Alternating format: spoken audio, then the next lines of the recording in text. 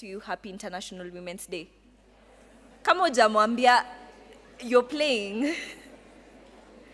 So let's hear Happy International Women's Day. Okay. Just a quick question. So who can tell us what the purpose of International Women's Day is? Anyone? Who knows why we celebrate International Women's Day? Anyone? You can just volunteer and just unmute your mic. Nobody? Crickets? Okay, I'll give my reason. I think why we have International Women's Day is basically to drive.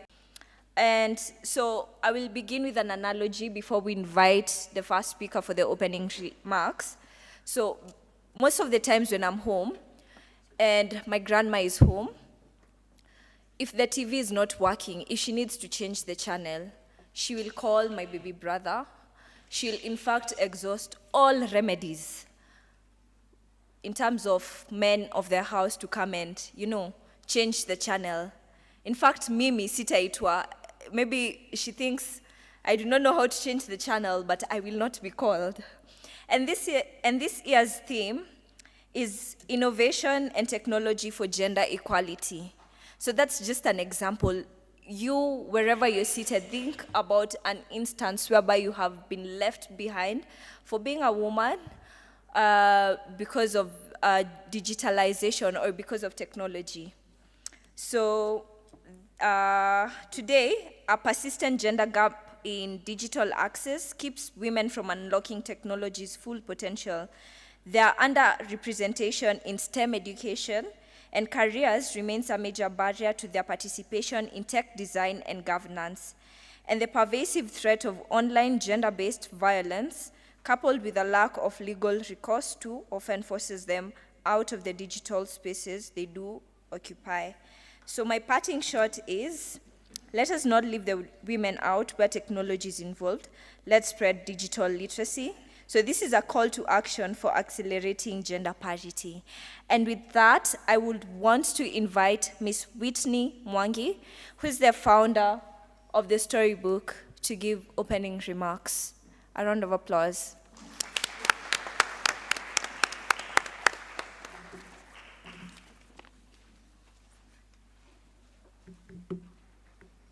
Excellencies, honorable delegates, Secretary General, and the larger team of the Kenya Model United Nations, representatives of UN agencies, we now have Plan International with us today, and other partners in absentia, all protocols observed. Good morning.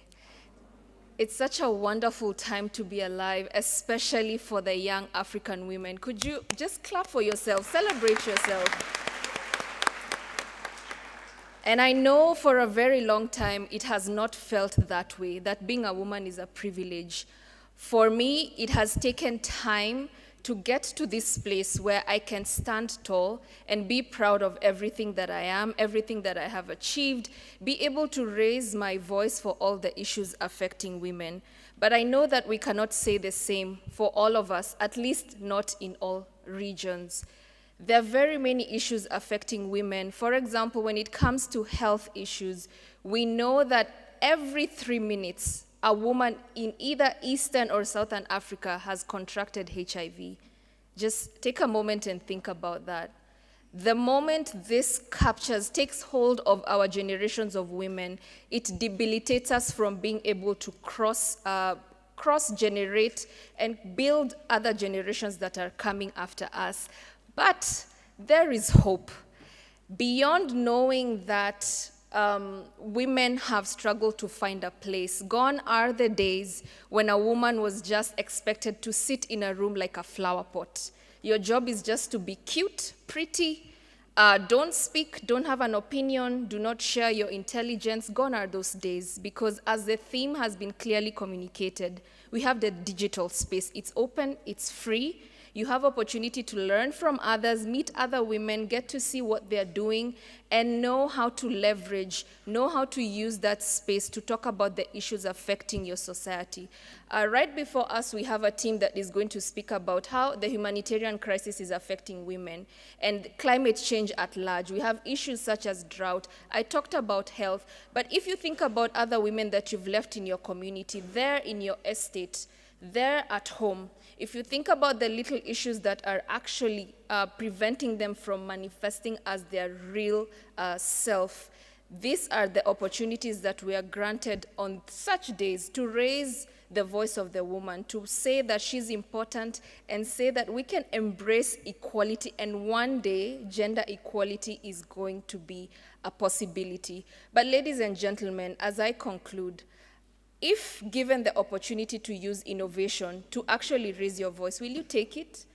If you're given that space, are you going to speak as loud as is expected in a manner that is going to make policymakers change the policy, make reforms, allocate resources to gender equality, expand innovation, science and technology? The previous speaker has talked about how women are underrepresented in STEM. If you're in this field or if you know someone, given the opportunity, will you take the chance to encourage them, uplift them?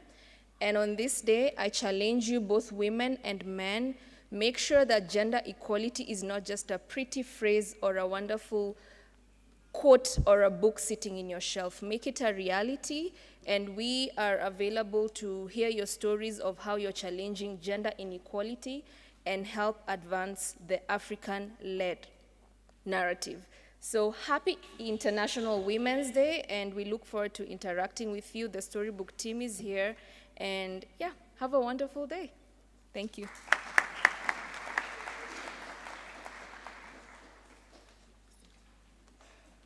I hope you guys are taking notes. Are you taking notes? Are you taking notes? You're not taking notes? Okay. Next we shall have our very own, very important woman, Sam's right-hand woman, yeah? Who is the Deputy Secretary General, Kenya Model United Nations, Fidelis Murigo. Good morning. Good morning. So yes, I am a right-hand woman, but I'm also a woman who wears very many hats, and I'm proud that I do at this age. So happy International Women's Day once again.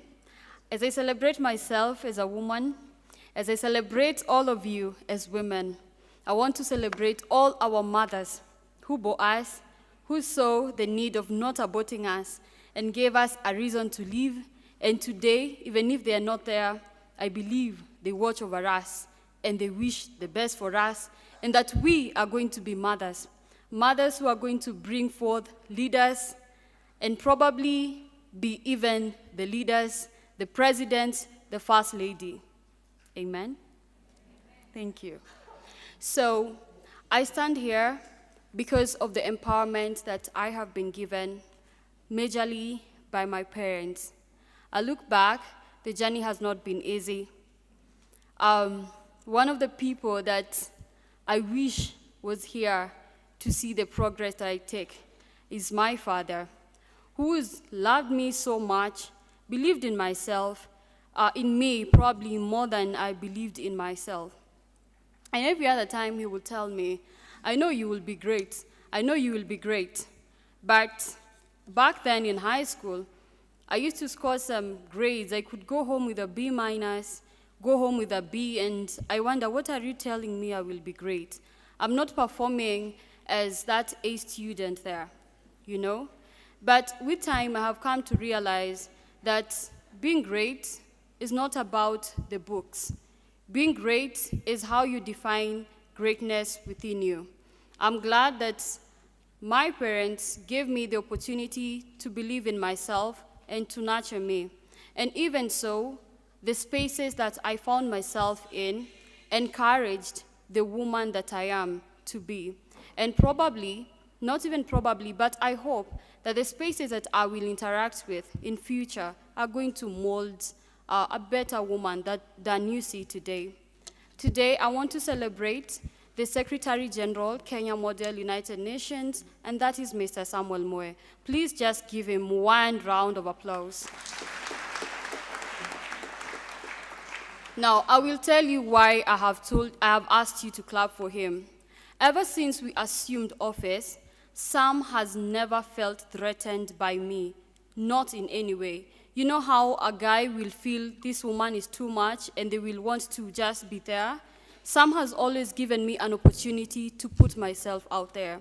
He tells me, congratulations, you did well, probably better than I could have done. You represented the organization well.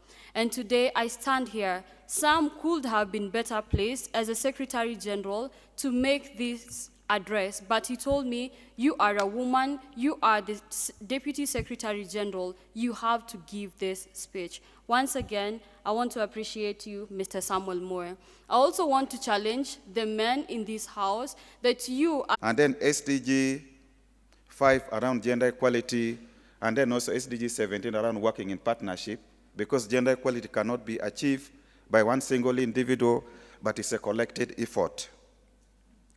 Now, this day also provides us an opportunity to amplify the voices of women, the kind of challenges that they go through, both at workplace, both in humanitarian situation, even in schools and in our community.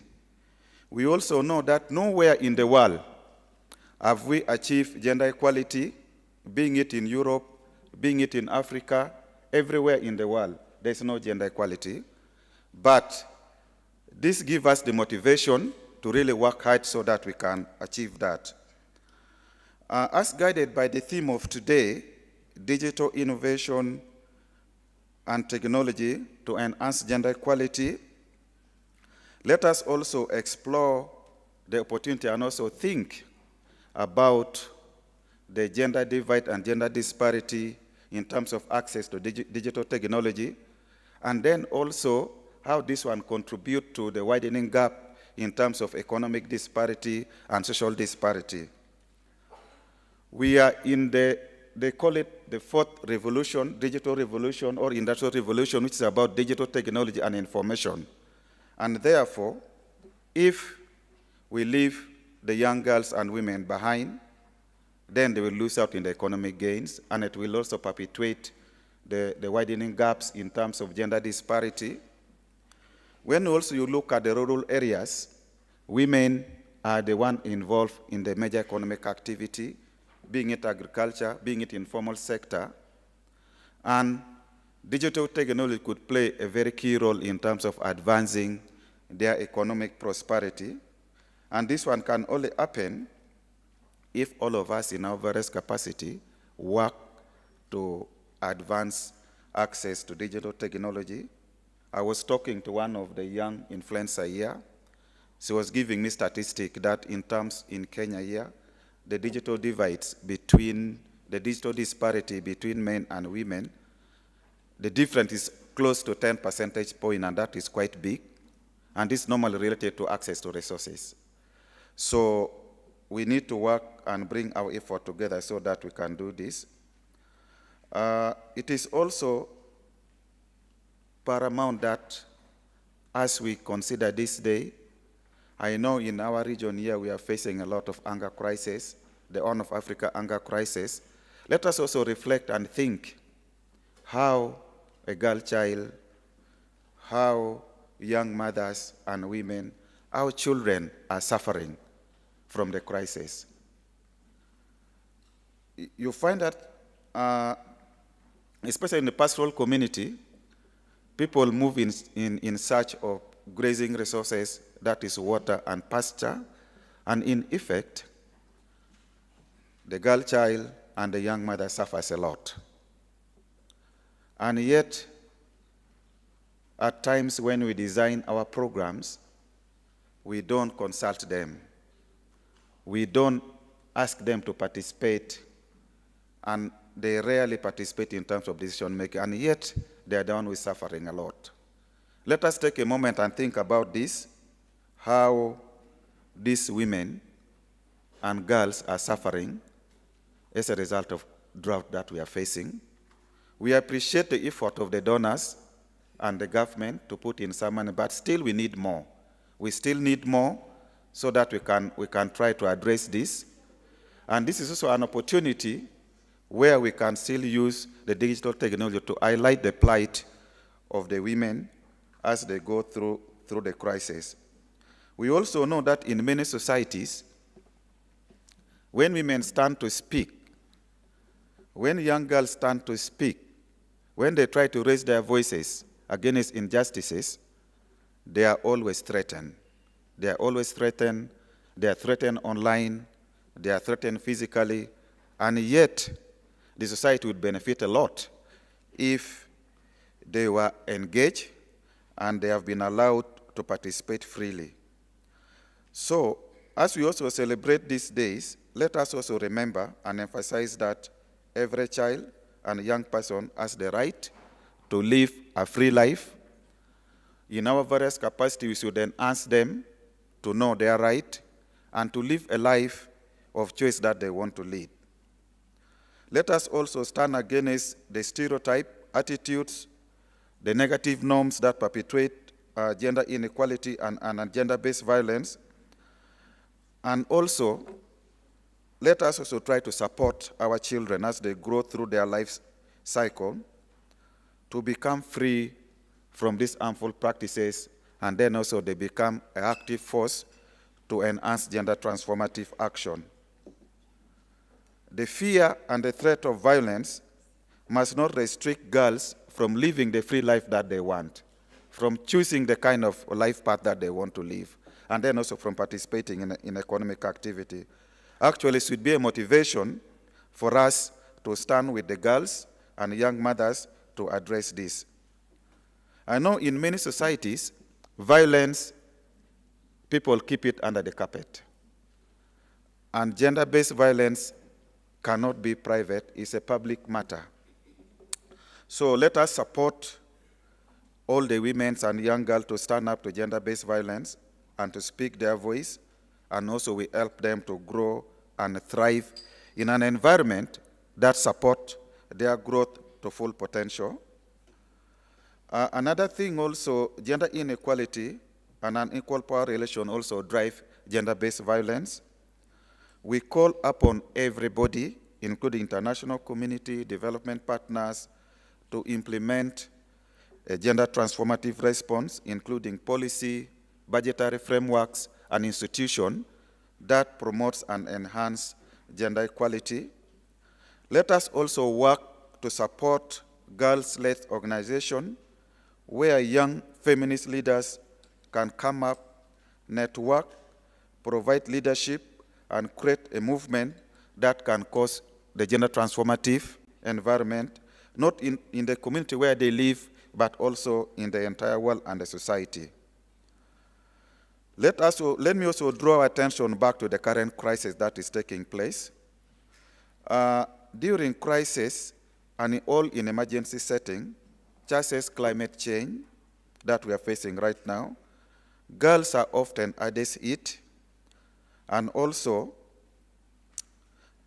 many of them suffer a lot in terms of dropping out of school, in terms of going to be used as child labor, in terms of being married off at an early age. So we should really work together to address these challenges. And then as I conclude, can we all make a resolve that we are going to work to support all girls to stand strong and cause global changes to enhance gender equality? Supporting girls to stand strong, we are going to make a commitment that we are going to work together to make sure that all the girls and young women understand their rights and they have freedom to choose the kind of life they want to lead. It also means that all the networks, all the bodies should work together to support the girls, invest the resources so that we can attain gender equality. I wish you a good day, and let us, as we celebrate this day, as we earmark this day, let us put all our resources, mind and might, to enhance digital access to all gender, and then also support our young girls, our sisters, our mothers. It starts from home so that we reach the desired destination of gender equal world. There's an observation that says that if there was economic equality for all the genders, and if all the women they participate in economic development to their full potential, the wealth of the world would double, and the poverty would also be reduced. This is a study that is still going on, but also we can contribute towards this to enhance equality in terms of accessing economic resources, in terms of freedom of choice of life, and therefore we will reach a world where everybody is equal. Let me conclude by drawing back to the story of creation. I know we have Muslims here, we have Christians also, many here. You remember God created only a man for the start. But God showed that the future will not be there if there is no woman. I believe if God created a woman first, probably may have not created a human being called a man. I think so. I don't know, but that is my imagination. So if God in his wisdom saw that life without equality, life without a woman being equal to a man, the world would have no future, then who are we not to support gender equality? I thank you all, and I wish you well. Thank you so much.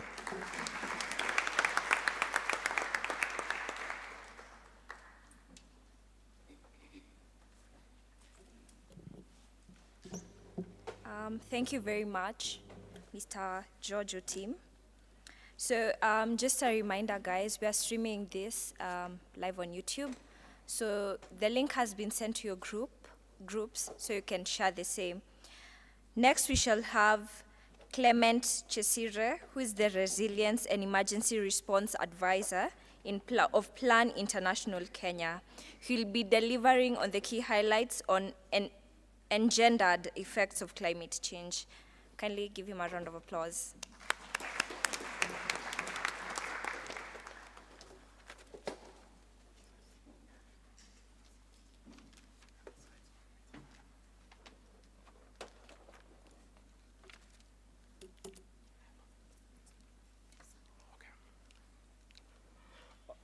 Good morning, everyone.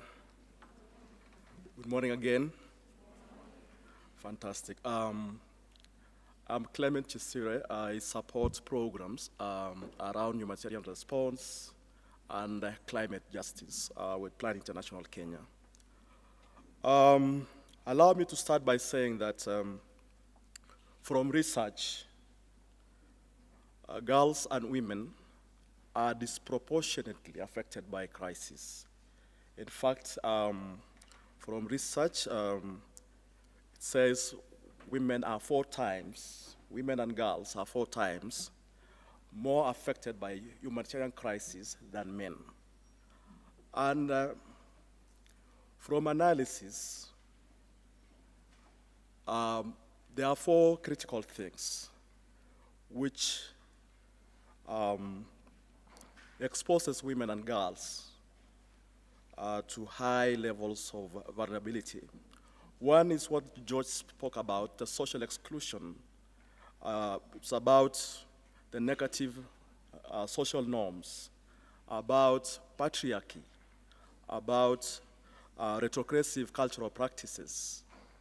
Second is about lack of access to basic services by women and girls. And of course, this is connected to governance. Third, many a times, girls and women lack skills and assets because of the social exclusionism processes. And lastly, women and girls have no access to natural and productive resources. So these are the drivers which actually push women and girls to high levels of climate crisis, and they experience humanitarian crisis more than men simply because of those drivers. So I'm here specifically to share some of the critical findings from our assessments, We all know currently we have an issue. We have a crisis within the Horn of Africa. We know what's happening in the arid and semi-arid counties in Kenya for the last 2 years.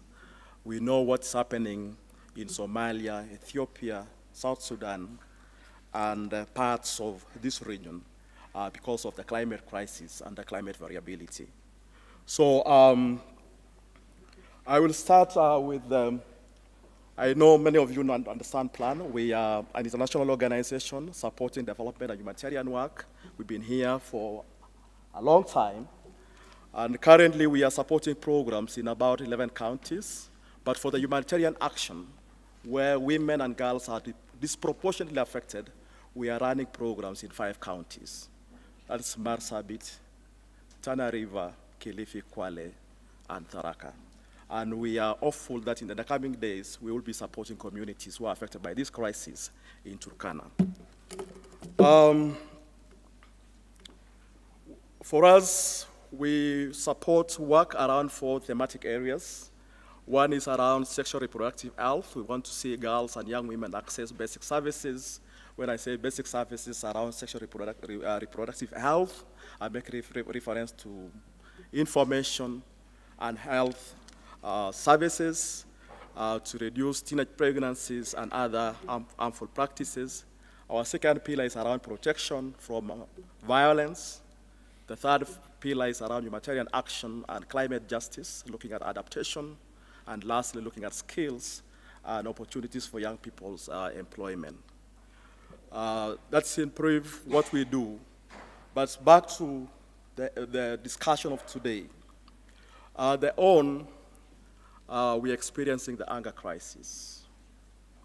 And in Kenya, we saw the short range report, which came out a few days ago. 4.4 million of us in 22 ASAL counties and 9 non-ASAL counties are experiencing acute food insecurity, and about 1.1 under 5 years, looking at children and pregnant and lactating women, about 1.1 million of them experiencing serious acute malnutrition and requiring urgent treatment. Of course, we've seen the increase in staple food prices, of course, informed by low production in country and the global push, simply because of what we are seeing in Ukraine and other regions. So for us, like I said before, we are supporting humanitarian action, multi-sectoral response in 5 counties, looking at food security and livelihoods, looking at protection, looking at nutrition, looking at water and hygiene, and equally looking at our work around health. And it is our management standard to ensure that all our programming is gender transformative, and we advance elements around gender equality. And for us to do this, we ensure that we continuously do assessments, reflect on our operations, and equally derive lessons to better the quality of our programming. So we've done this assessment, what I'm going to share in a short while. We've done this process in 3 counties, that is in Marsabit, Kilifi, and Kwale. But we'll be very specific today to the findings from Marsabit. So we did this process in North Hor, sub-county, and Lysamis, of course working closely with some other partners concerned worldwide, and PASIDA. So specifically looking at the objectives of our assessment, we are looking at ensuring that we provide information on the roles and responsibilities, capacities, vulnerabilities, priorities, and specific needs of girls, boys, women, and men affected by the hunger crisis. Lastly, is to ensure that we provide practical recommendations to inform our humanitarian programming and of course influencing. Because we are not alone in the sector. There are a number of partners, there are a number of agencies, there's the UN, the INGOs, the local organizations, and we want to ensure that they're equally advancing work around gender-responsive humanitarian action. So in terms of methodology, we, of course, did a lot of reviews, looking at secondary data reviews. We worked with focus group discussions, about 40 of them, involving about 316 participants. We had about 18 key informant interviews. And for the quantitative information, we did household surveys. We're reaching about 460 households in those two sub-counties. And straight to the findings, which I'll be sharing in the next few minutes. One is around access to food. We realized that while all communities covered in our assessment face high levels of food insecurity, there is evidence that some households, some individuals face greater barriers to food access than others. And specifically in North Hor, we found that adolescent girls and young women who got children outside wedlock are not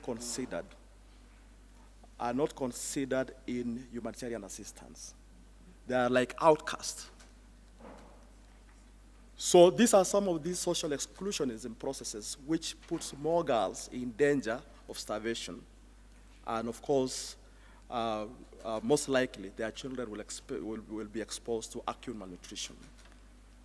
Or equally meaning that they will have very poor health indicators. So this was a critical finding in that region, that there are exclusionism processes, of course, informed by those social norms, those negative social norms. In terms of gender-based violence, it was reported that incidences of gender-based violence have increased since the onset of crisis. There are figures you can see from the respondents. 12.4% reported increased rape. 16.9% 16.9% spoke about sexual harassment. 16.9% increased FGM. 14.6% domestic violence, and about 39.3% spoke about early and forced early marriages. So that's alarming. That's a very high percentage, driven, of course, by these violations are actually driven by the anger crisis in those particular geographies. In terms of health, we know with the current droughts, there's a lot of water stress, and we have seen a lot of waterborne diseases and the water wash diseases increasing. We've seen from the violence, we've seen increased sexual transmitted infections. And what you are seeing there is actually alarming. That's during the time of our assessment, 26% of the women reported that there is increase in sexually transmitted infections, and 25.4% actually reported increased malnutrition. Same with waterborne diseases, you're seeing about 13.8%. And those who are affected are mostly the women, because you can see the disparities. Again, 50.7% mentioned not having enough money to pay for health services, while 35.7% blamed it on non-functional health services, having seen about only 50.7% of our respondents having access to health facilities. So 50.7 having access to health facilities, 54.9 do not have enough money to actually seek medical services. And again, the big question around governance and access to basic services, 35.7% spoke about non-functional health facilities in that geography. So again, coming to impacts on on sexual and reproductive health rights. During crisis, including food security crisis, the sexual and reproductive health and rights of girls and young women in particular are often neglected. Simply because many of these families, the little income which comes through is reserved for food and other requirements around wash, access to water.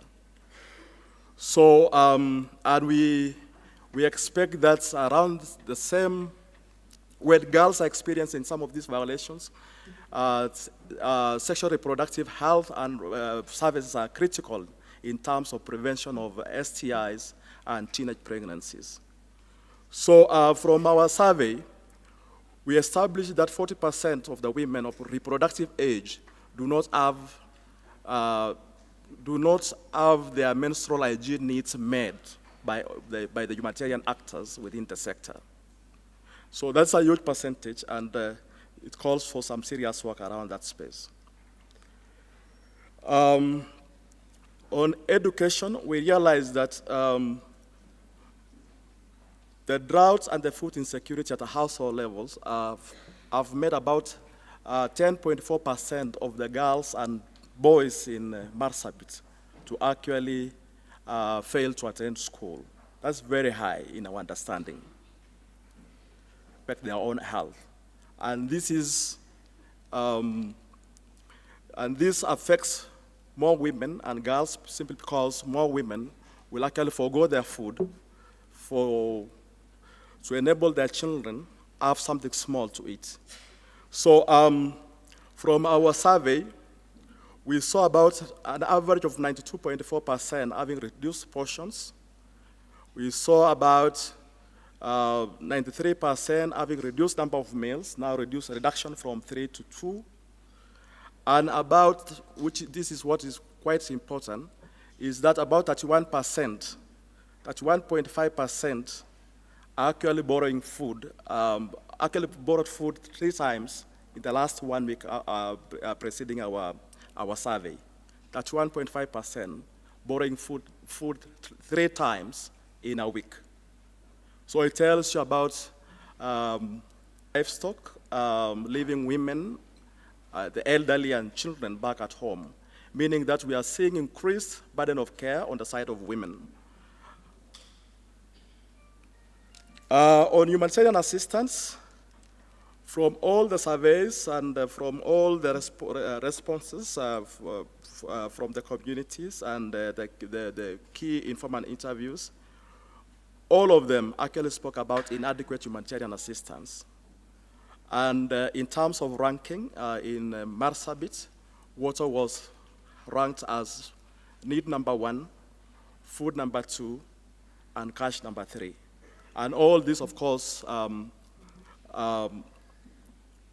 when you talk about cash, the preference is that communities would want to see more multipurpose cash transfers, as many of them actually have access to mobile phones, and it's the preferred modality.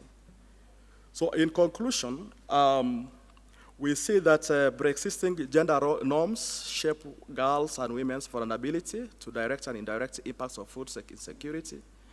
And acute food insecurity amplifies the risk of violence, abuse, and exploitation faced by girls and women, both within and outside home.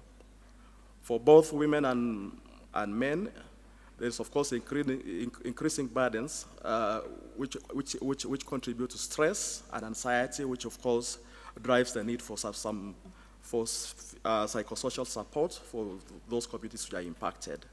Again, we've seen anger crisis having a negative impact on children's education, and this impact differs by gender.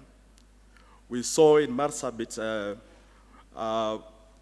30.5% of boys have failed to attend school, 13.5, and about 14.5% of girls. So we still see there is the difference in terms of school dropouts. Girls were more affected to support household costs and equally support in terms of income generation to support their families with food. There is equally, of course, a need to ensure that girls and women's sexual and reproductive health needs, which are already, of course, underserved before the crisis, and this will require that we still continue to support that function because we are equally seeing increasing incidences of sexual violence and sexual exploitation. Girls and women's menstrual health and hygiene needs are not being adequately met, and the anger crisis is actually making this situation worse. So critical recommendations from the reports and from these assessments, we still want to see donors and actors within the sector urgently provide funding required to avert the risk of starvation for millions of people experiencing worsening anger crisis levels. And of course, we've also seen from analysis that the long rains expected in the next few months will equally be depressed and below average. So we will continue expecting that the actors within the humanitarian space make available resources to support affected communities. We also want, and we make a call that we want to ensure, we want to see that funding goes to gender-responsive child protection, gender-based violence, mental health, psychosocial support, sexual and reproductive health and rights education, equally looking at school meals programs. As we many of these locations, we see school meals helping communities stabilize. Increased use of multipurpose cash transfers and vouchers, which is a preferred modality of assistance.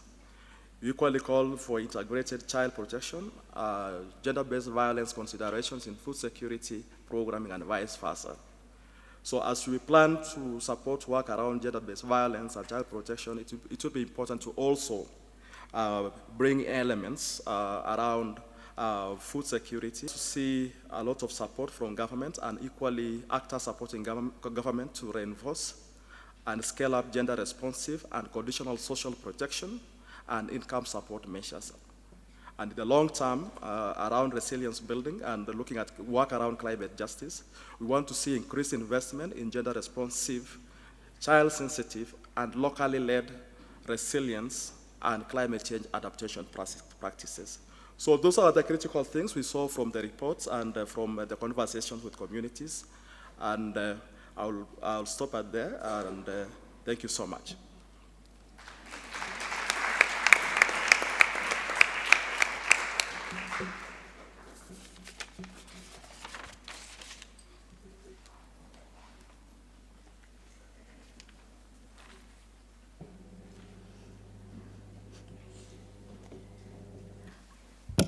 I think You can tell them that they can also scan the report on QR code and let them tweet an hashtag because we are live streaming.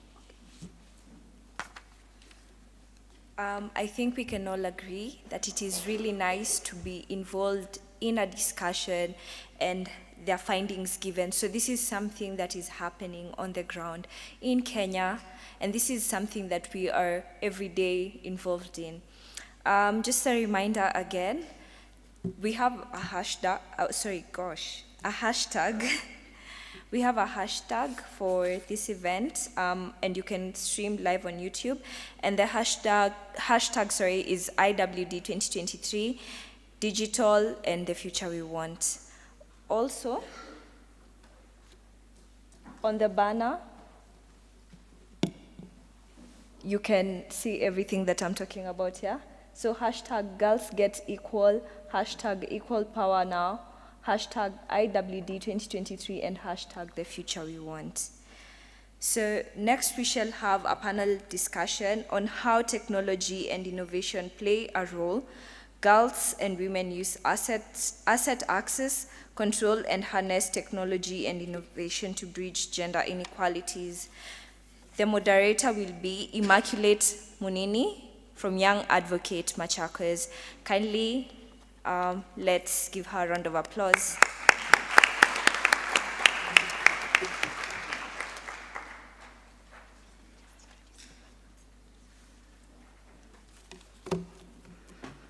To all our guests, ladies and gentlemen, good morning. My name is Immaculate Munini. I'm a girl advocate from Plan International. I'm so happy and excited to be with you all to celebrate this important day. Happy International Women's Day. So to all the men, we say thank you for joining us. You are our champions and we appreciate you.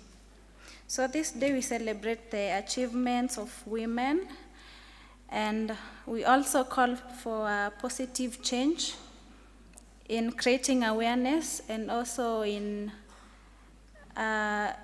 awareness in use of technology among women. So our theme for this year is Digital Innovation and Technology for Gender Equality. You will all agree with me that in this era, technology, we have panelists who are going to shed more light on this topic of women and technology.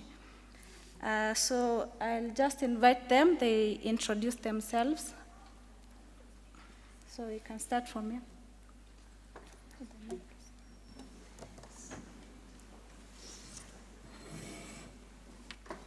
And also the title and the role you play. Good morning, everyone. I'm Rehema. I'm a girls' rights advocate from Plan International, and I'm from Kwale County.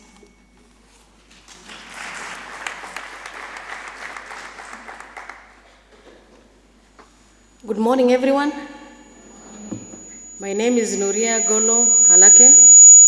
I am the CEO of Marsabit Women Advocacy and Development Organization from Marsabit County.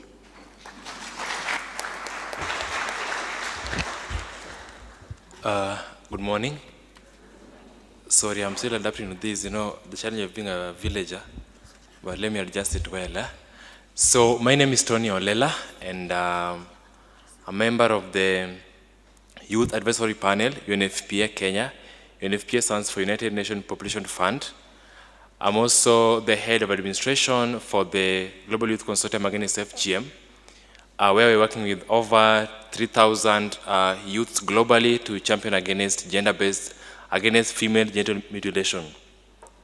I'm also a consultant on youth engagement at Polycare, that is under the National Police Service of Kenya, and I'm also a gender advocate. Otherwise, thank you so much and happy to be here.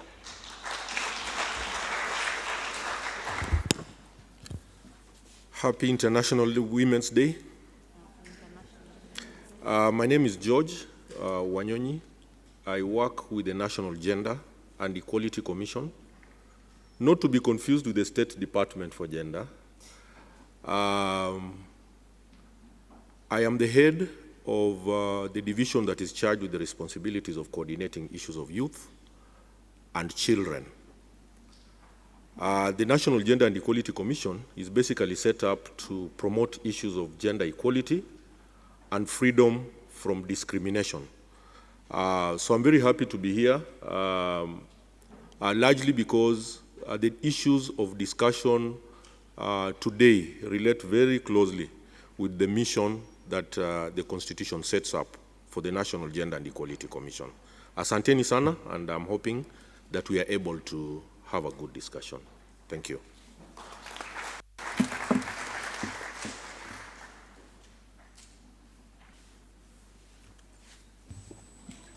Good morning.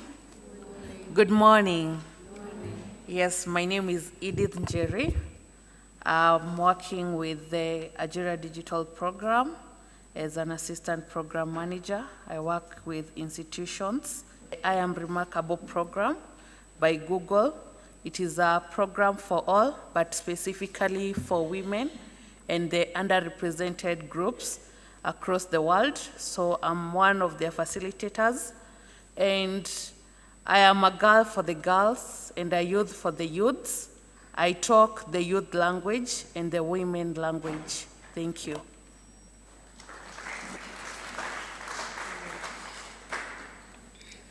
Good morning. My name is Maureen Atieno Ndirangu. I work with Concern Worldwide as the Senior Manager, Governance and Advocacy. Thank you.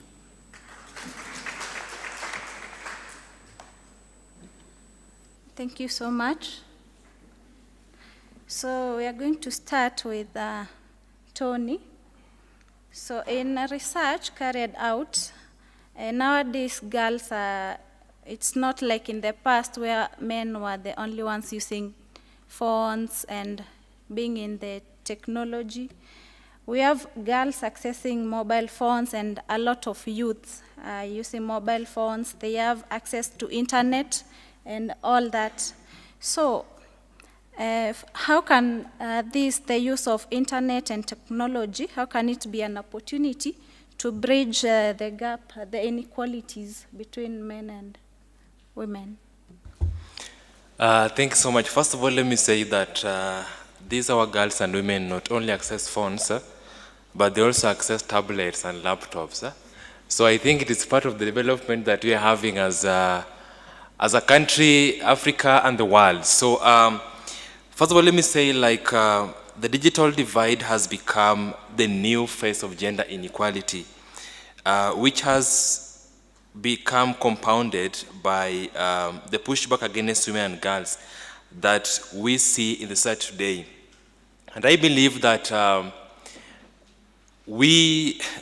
almost said we as women, but we as men and women have a role to play to ensure that we maximize on the spaces that we have on social media, because I believe social media is a powerful tool. And as women in the house, and also as a gender advocate, I believe that we can maximize on the spaces that we have to champion for the rights of women and girls. And being in a space where I have worked with several women and understand the challenges that women go through when it comes to social media. And to give you just a brief story of what I experienced some few days back, there's a day I was in town with a friend of mine, and unfortunately, wind blows. Wind blows, right? So there's a lady who was putting on her personal dress, and now unfortunately things happened.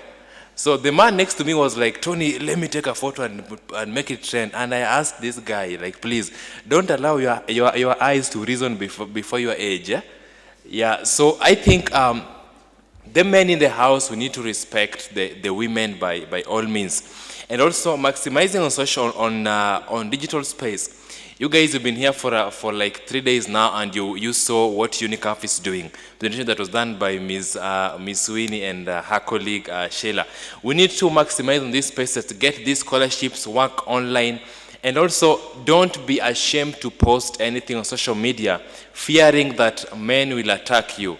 And please, if any man attack you, feel free to report to me. Say amen. Yeah, and we will deal with them accordingly. Sawa sawa.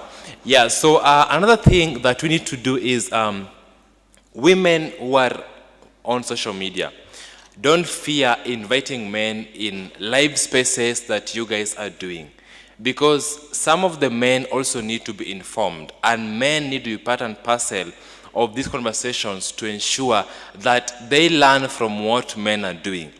I know there are spaces where men are not even welcomed. Like last week on Friday, there's a space I hijacked for women, and when I was given the microphone, I told them, I'm a man in the house and I have to speak.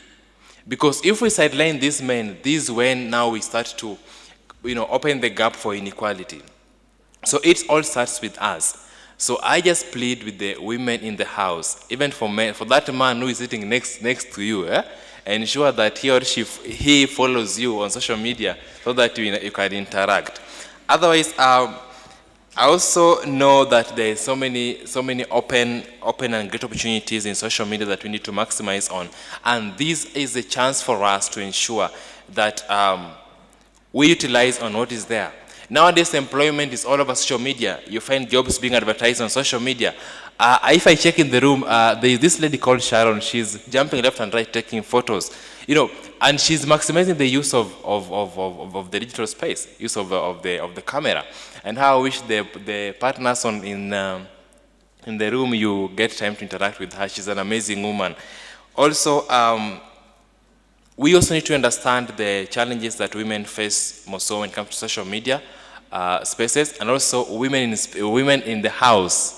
Please also be very keen on what you post on social media, so that you avoid attracting the attention of perpetrators. They're always there. Okay. Also, your brand matters most on social media. Use your real name. Ensure that you post activities that you are in to attract more people to engage with you. Otherwise, as we continue with the engagement, maybe the questions will arise. But the most important thing, let us use our voice. I, as a man, as a gender advocate, I believe that my voice, my power, to voice for the rights of women and girls.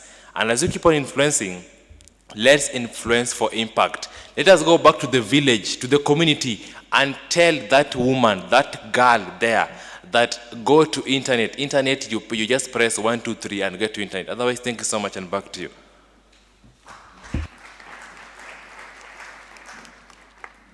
Thank you so much, Tony. It would be really be amazing if we had more men like Tony who are championing for women's rights and protecting women's. So let's clap for him. So next we are moving on to George Wanjala from National Gender and Equality Commission. And from the various reports that you've done, what is the status of women and girls in technology? And how is the government playing a role in empowering women? And is the government funding technology and innovation? Thank you very much. I think I have about 2 or 3 things to respond to, but I'll just reinforce the fact that the National Gender and Equality Commission provides regulatory oversight. We are an oversight agency of government. We do not implement programs. The implementing programs for government are the mainstream ministries of government. So for us, we basically just provide oversight over the implementation of the various interventions that are done by the mainstream government to align them to what the special interest groups, who include youth and who include women and who include children, would respond to. So thank you very much. And in doing all that, we are charged with the responsibility of auditing, therefore, what the various ministries are doing. And it is true that there have been various interventions conducted by government, mainstream government, targeting enhancing the space of women and girls in the digital space. A few of the interventions, of course, are community-based. Some of them are at policy level. And at community level, I want to confirm that there have been various attempts by government to try and enhance public education as a tool, as an advocacy, as a means of ensuring that the awareness levels about the opportunities that are available, even within the digital space for women and girls, are available to them. So many reports that have come out would point towards an enhanced awareness campaign that has been rolled out by government to try and ensure that the opportunities that are available within that space are available to women and girls. One of the things that we as a commission have done very critically in the recent past to try and ensure that this is done is to push government to try and implement the policy provisions that are contained in the Kenya Youth Development Policy. I'm not too sure how many of you are aware of the existence of that policy. That policy, I think it came in place in 2019, and it has various provisions that are supposed to be available on expanding the digital space for young people in the country. Our business as a commission is to monitor the status of implementation of the same, despite all the challenges that that government presents itself with. We keep pushing them and we keep asking them how far they have gone, so that then, both at the county level and at the national level, we are able to get progressive reports about the status of implementation. Currently, within this financial year, the Commission is rolling out. Actually, this is one of the things that we are planning to do, to roll out an audit on and an assessment on the status of implementation of the policy provisions that are contained within that policy document that came in place in 2019. I want to point out two things, even as we have all this discussion about where the place of women and girls in the digital space. Number one, I think we also need to recognize one thing, and it came out in the report. I'm very happy about that report. That is a beautiful report. It is a beautiful report. One thing that we need to point out that comes out and that we need to interrogate as a country is the fact that even as we speak about young people, let us recognize that we do not have homogeneity within that population, within that demographic that we call youth. Sinukweli. So we have young people who have a disability, isn't it? So we need to point out that kind of thing so that then we are able to program ourselves around interventions that probably touch on young people who have a disability, or on young people who hail from minority groups or who hail from marginalized areas, isn't it? Because their situations are slightly different. And once the moment we start recognizing that beyond young people, we have young people that have a disability, or we have young people that hail from marginalized communities, then we are better able to program and intervene better. And as I wind up also, I also want to recognize the fact that even as we speak about the digital space and issues of innovation, two critical elements will always stand out.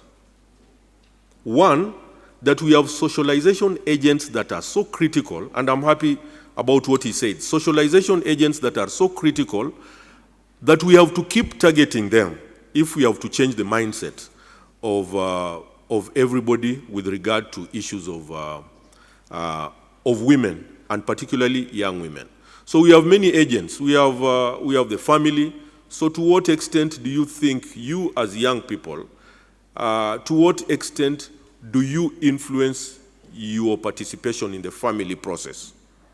We have the school, we have entertainment and sports, we have the gatekeepers, yeah? We have the gatekeepers, the elders.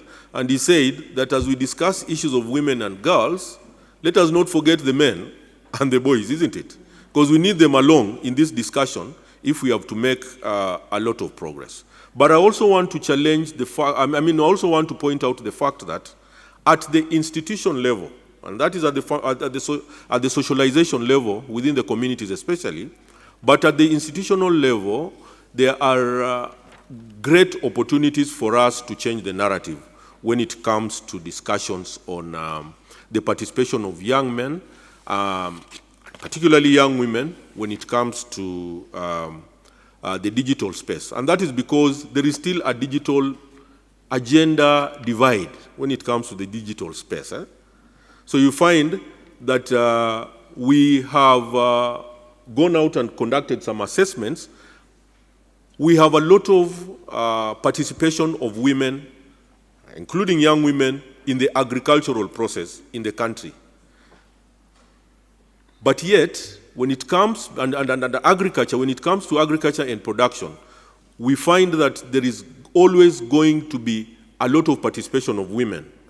But how many women have access to internet connectivity, and how many of those women, again, are able to buy that data that would enable them not only to produce, but also to market their products?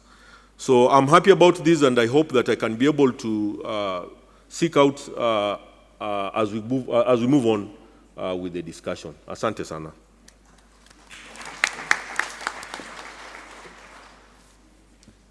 Thank you so much. You know, a lot of people think that empowering women is all about providing water, food, protecting them from abuse. But in this digital era, we have to empower women in order to achieve equality.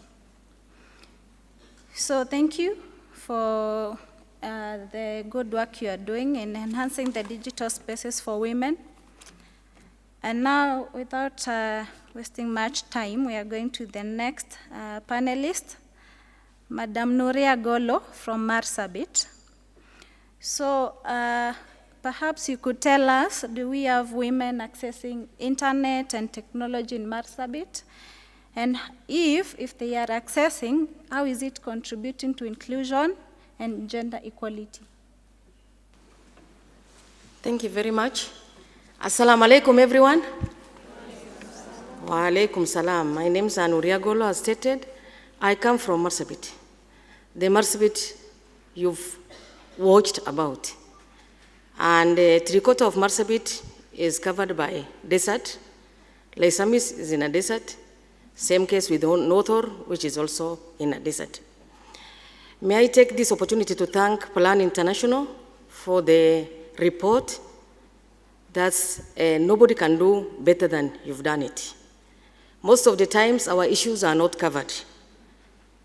Information about our counties are very light, somehow sugar-coated. But I thank Plan International for giving the reality on the ground. Coming from Marsabit, where accessing even electricity is a challenge. Very few people can access digital platforms or anything digital and innovation. 3/4 of people in Marsabit come from the rural areas where the roads are very poor, the networks are very poor, and some places even there are no networks. Or even if they are, how many people can afford to access the Wi-Fi? With the high illiteracy rate, there's very high illiteracy rate. And of course, disproportionate for the women. Who are the most illiterate in those communities? They are the women. Cannot access the digital services. I thank our youths who live in the different parts of the county, who, when they hear information, do the publicity on our behalf. I was analog myself, but I'm a little digital. Because I can access Facebook, WhatsApp, at least I can communicate. But the mothers out there, what they have is a Kabambe phone. And the Kabambe phone has a SIM card for the woman, but the one who controls the phone is the husband. Even for cash transfer, where money is sent to that phone, who handles the money is the other gender. So this is the challenges we are grappling with. And another thing is affordability. I've talked about that. But we are not where we were 10 years ago, I should say, because we have some platforms like the Pasha app, the 116, reporting violence against children. We have 1196, reporting GBV, which at least is helping us a little. Like last week, through that same platform, we were able to save a child of 8 years from child marriage, and 1 of 5 from FGM. And it's all over Facebook. So these are the challenges we have. We would love, like the other Kenyans, to enjoy what you people are enjoying, in order to amplify our voices, in order to, talk positive about us. We are not always crying. Of course, also Marsabit has some beauty, 1, 2, 3 things, which we can brag about. But the challenge is we do not have electricity, we do not have Wi-Fi. Maybe for the development partners on the ground, like Plan International, as you go about doing your interventions, kindly have a gender-focused lens where you can, build the capacity of women, educate the women on the basics. Being illiterate is one thing, being poor is another thing, being pregnant is another thing, being vulnerable is another thing. So multiple challenges face these women. How can the development actors come out and address these issues so that we can be at par? Of course, we are not at the same level with the rest of the Kenyans, but we are still Kenyans. Who will come and develop us? It is you. Who need to come and help us? It's you. So for us, digital is history and very little is going on. We would love to see ourselves, featuring everywhere through the digital platform. And I think we will catch up one day, one time. We have not given up, we have hopes, but very little is happening on access to digital and innovation.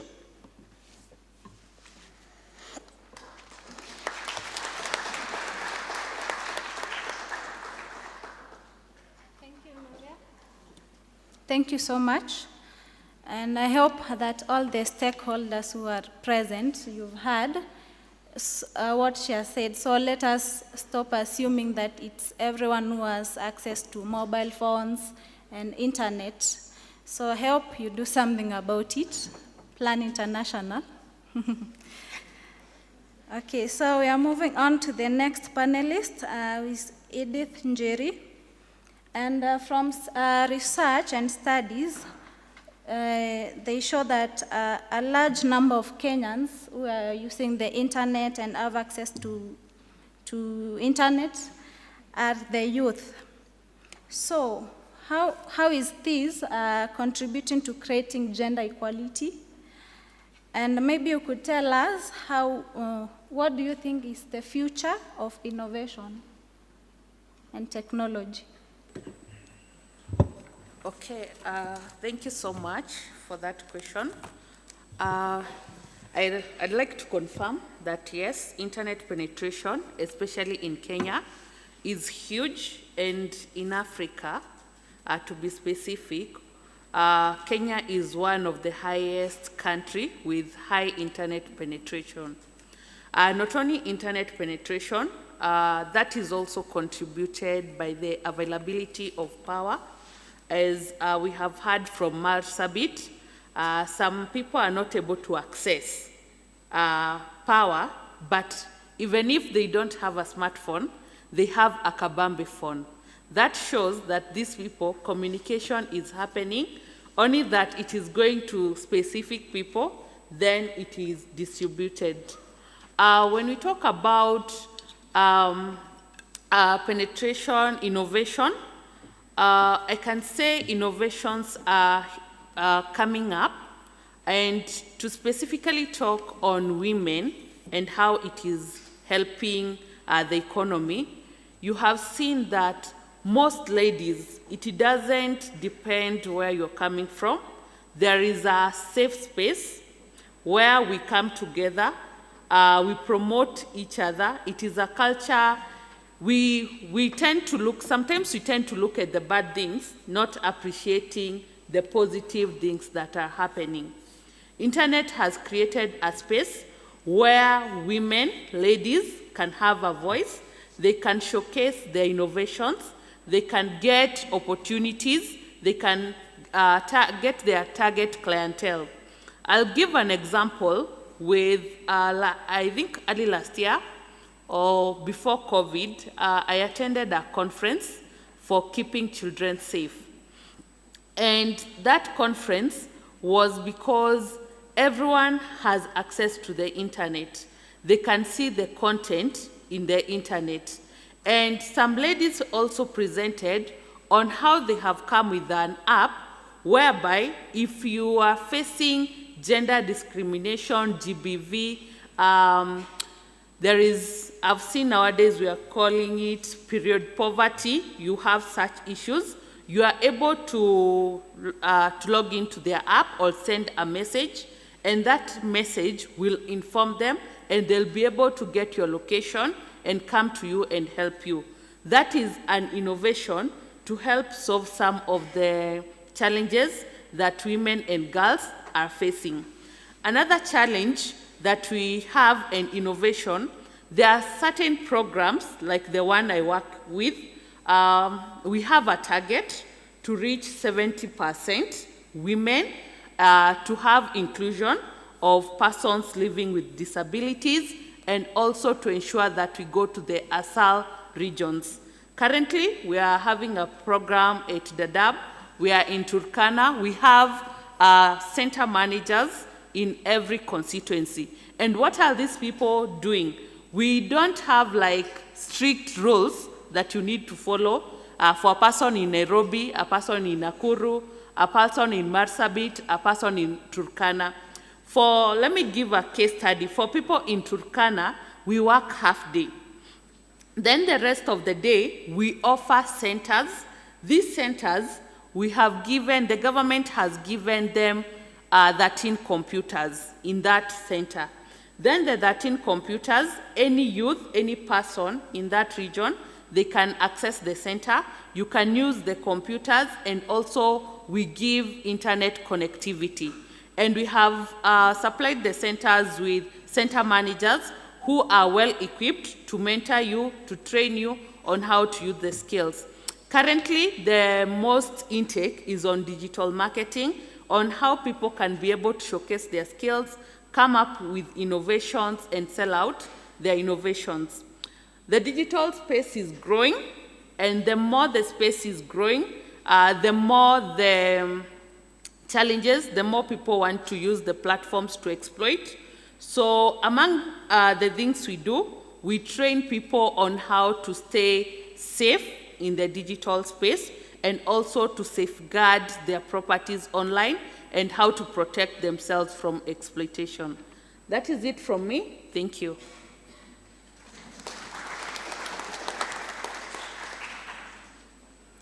Thank you. It's so amazing seeing the levels of technology we have and the access to internet. So if we as youths, because I see most of us here are youths, if we could use the internet to create positive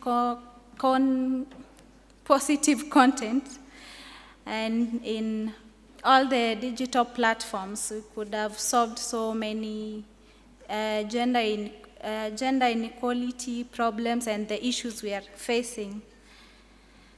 So we are moving on to the next panelist, who is a girl advocate from Kwale. And so Kwale is one of the areas where we have these issues of hunger and drought. So maybe Rehema, you could tell us, what is your experience growing up in Kwale County, especially in this time where we have the hunger crisis? And do you have access to technology? Because today we are talking about technology and women. So do you think that girls in Kwale can use technology to address the challenges they are facing? Okay, being a girl in Kwale County in such time of drought and famine is really hard and difficult, because girls are exposed to many challenges, including school dropouts, because you can look in the situation whereby most of the girls, for example, a girl who is a firstborn in a family of 6, so during hunger and famine, there is no food at home. So she's forced to drop out from school so that she can go and take care of the younger ones, or like work in order to provide food for the family. And even you can look that another challenge is that early pregnancy, because like most of the father figures in the family in Kwale County during such time have left the families, leaving only the mother to be the provider of the family. So like the mother in such times asks the girl, if you go out, when you come back, make sure you come back with a packet of flour. So just imagine a 16-year-old girl, a 15-year-old girl, where will she get the packet of flour? So the girl ends up going to the border men or other men outside there so that she can get the packet of flour and bring it back home. So this leads to early pregnancy. And also, there is low concentration. Like, you can see that all of us here have had something to eat in the morning. That's why we are settled here, we are listening careful. So imagine if all of us here had not taken anything, we could not be concentrating. So imagine a girl or a child who hasn't taken anything in the morning, or the previous day even the child never had supper and is in a class trying to concentrate to what the teacher is saying. That's very difficult. So it leads to low concentration in class, and there's low performance in the exams. And then at the end of the day, people will be like, in the coastal parts, in Kwale County, people are not performing well compared to the other counties. It's due to the challenges we are facing back there. And also, the girls are facing the challenge whereby they lack sanitary towels. So during their menses, the girl is forced not to go to school because the family, there is no flour, there is no anything to eat. So the mother will focus on providing the essential needs instead of providing the sanitary towels for the girl. So at the end, the girl has not to go to school during her menses, which is like 4 to 5 days, while her friends, the boy child and other children back there in school are learning. So that's also a challenge we are facing as girls in Kwale County. And also, another challenge we are facing as girls in that county during the drought and famine period is the scarcity of water. Imagine a girl has to go like 3 kilometers to fetch water and 3 kilometers back home before she goes to school. That's in the morning.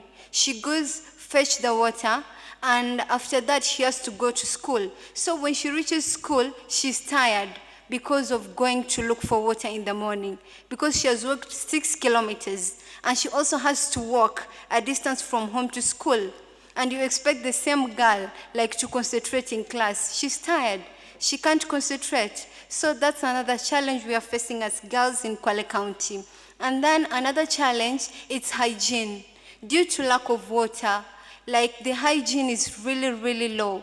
During menses, girls need high level of hygiene. They need to take shower, they need to be clean. So in lack of water, there is little water. Instead of one using the water for drinking, like she cannot use the water for like bathing every now and then, and she has to, like the same water is being used by the whole family for drinking. So those are challenges we are facing as girls in Kwale County during this time of drought and famine.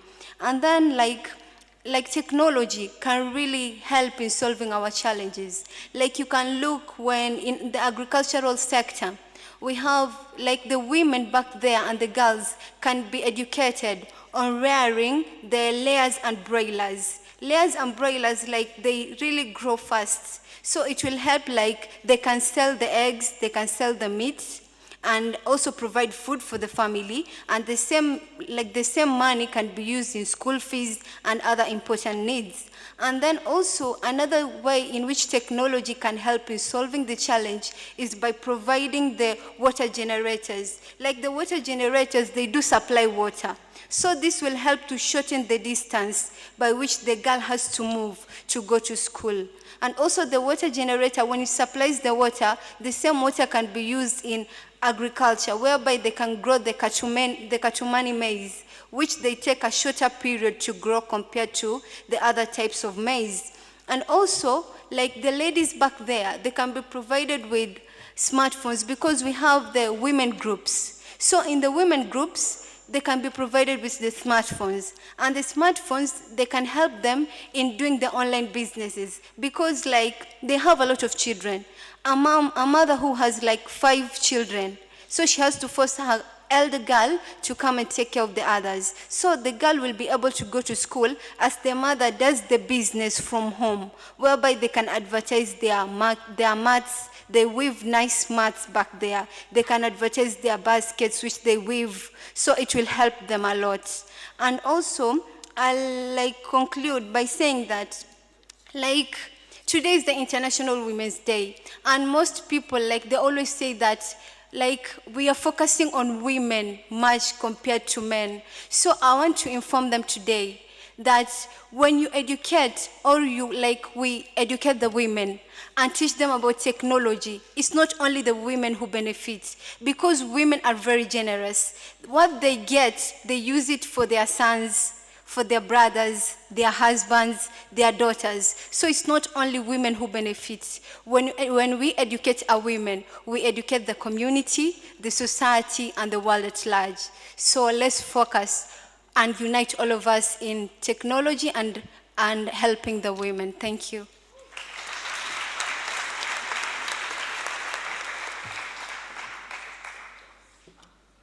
Thank you, Rehema.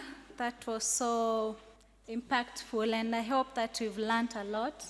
And we are going to continue raising awareness in order to reach the girls and women in Kwale, Marsabit, so that we can get the gender equality.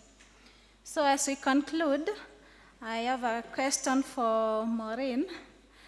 So Maureen, do you think that we could achieve gender equality through the use of technology? And if yes, what are some of the ways that we could use technology to solve some of the problems that you've had? Thank you so much. I think we could achieve gender equality. And like my younger brother, I've forgotten his name, had alluded to earlier, we have to bring the men to the conversation. We have to do it together. We have to include everyone. Especially there was the suggestion that some of the demographics are left into the push for equality. If we don't bring in our brothers and sisters living with disability and any other marginalized group, then we cannot achieve. But first of all, the challenge with the issue of gender equality in our areas locally, the way when you say gender equality, everybody else thinks about just the women, right? I know today we are celebrating the women, but if we can bring the element of inclusion, then there's opportunity to try and get to the point. I don't know if we can get to the 100%, but get us to about 90%. Now, how can we use technology to deal with some of the challenges that we are facing in terms of gender inequality? I would like to make reference to the context that we work in, that plan is also working in, the area of ASAL. And if you look at the situation around what we are experiencing now with the drought and the humanitarian crisis in that area. And I'm going to allude to some of the things that have been shared by our panelists. If you look at what is happening, and Madam Nuria had talked about the issue of access to phones by women, and of course the findings by plans research indicates that women have access to mobile phones, but a further contextualizing of how that is owned in Marsabit shows that it's the men who have control. Now, if you look at the situation of hunger in Marsabit, and I believe also Kwale, we are talking about technologically wise, we are talking about issues of access. Access, we've heard about how power is not accessible in this area, but yet we have solar that is available. So if we have investment around how we can get solar power in those areas, then the issue of power is sorted. And then from access in terms of information, because we've had an interesting conversation at some point about early warning systems. Early warning systems for communities living in ASAL area. And specifically, we've heard here that it's women who are involved in child care, in basically giving care, the small, ensuring that families can access food. They are left behind when the men are going to, taking the animals away for grazing. So it's the woman who is in charge of taking care of the family. How then do they get food? We know very well this, for the technological, let me say, specialists, people working in organization, government, we have the information that drought is coming, for instance. But this woman at that lowest level cannot access that information. But how can we give this woman? If we invest, we have power. If we invest, this woman has a cell phone that can access information that drought is coming. This woman, we know very well, women are very good planners. If I know in the next 3 years this likelihood of a drought, I'll start putting in measures to plan for it. So the challenge is there's no access for that information for the woman to plan early enough. For us to get equality where this is not happening, where the woman is not burdened, if that woman can get that information on time, they're able to try and put in measures. And of course, we work with our fellow men in these conversations. The men can have an input on how they can strategize and ensure that we don't get affected as much as we are getting affected right now with the drought. The other thing that I think could help also is when we're talking about issues of technology and access for women, a lot of times narratives are formed from other people's perspective, and in our context, male perspective. We need to get to the women and ask what would work for you in your context. Like in Marsabit, what would work for the context that is challenging where men are leading a household and they have control? How can we two sit together and discuss and find what will work? What is the innovation? What is the technological approach that could work for women in that context? Such that we are not providing solution from, and for lack of a better word, a Nairobi kind of thinking. Nairobi, we know women can access phones, right? And they can access internet, and there's a little bit of some of them being able to control how they have access and control to things. But that is different when you look at the context of what Madam Nuria had talked about in Marsabit. Let's then make innovation, or let's have conversations that are informed by the women that we are trying to bring at the same level as the others, and also at the same level as men, such that we are not providing solutions that are fitting our context, but the context that fit them. So to answer the question of gender, us being able to eventually have equality among women and men and the marginalized or people who are left behind, I think if we define the issues that they are facing from their point of view, the wearer of shoe feels where it pinches most. So from that point of view, then we can work together and find solutions that work for them. Thank you.